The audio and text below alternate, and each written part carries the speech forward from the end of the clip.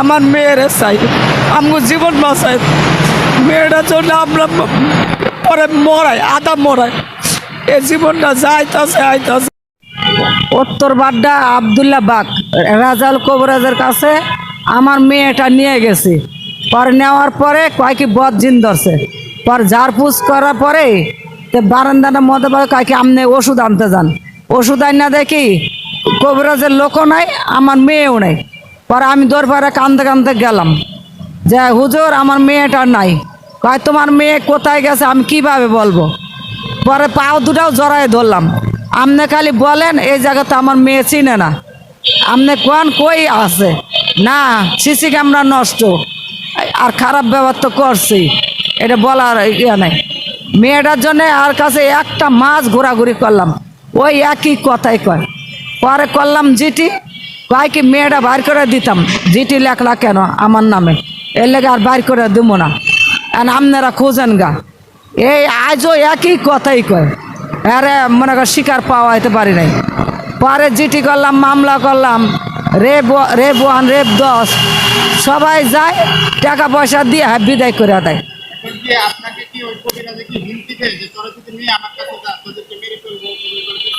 হ্যাঁ কয় তো, হ্যাঁ লোকেরা কয় যে এই কবিরাজের নামে যদি আরো কিছু অভিযোগ কিছু করে তো রাস্তাঘাটে আমরা একটা কিছু করবো।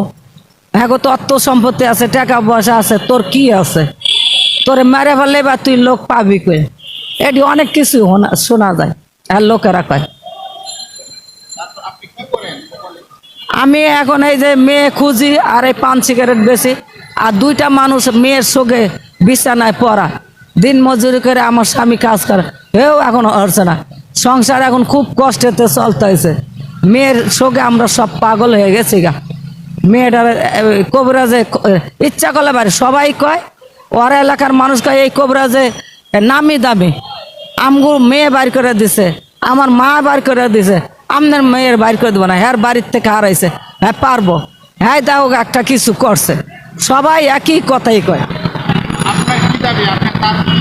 আমি সাংবাদিকের কাছে একটা দাবি, আমার মেয়ের চাই, আমার জীবন বাঁচাই। মেয়েটার জন্য আমরা পরে মরাই, আধা মরাই, এ জীবনটা যাইতাছে আইতাছে। পেট ভরে ভাত খাইতে পারি না মেয়েটার জন্যে, ভালো মন্দ খাইতে পারি না মেয়েটার জন্যে।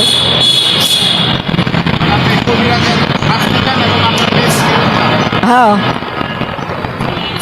মেয়ে কবিরাজের শাস্তি আমার মেয়ের, আমি যেমন সাংবাদিক মাধ্যমে যার কারণে মেয়েটা জানি পাই।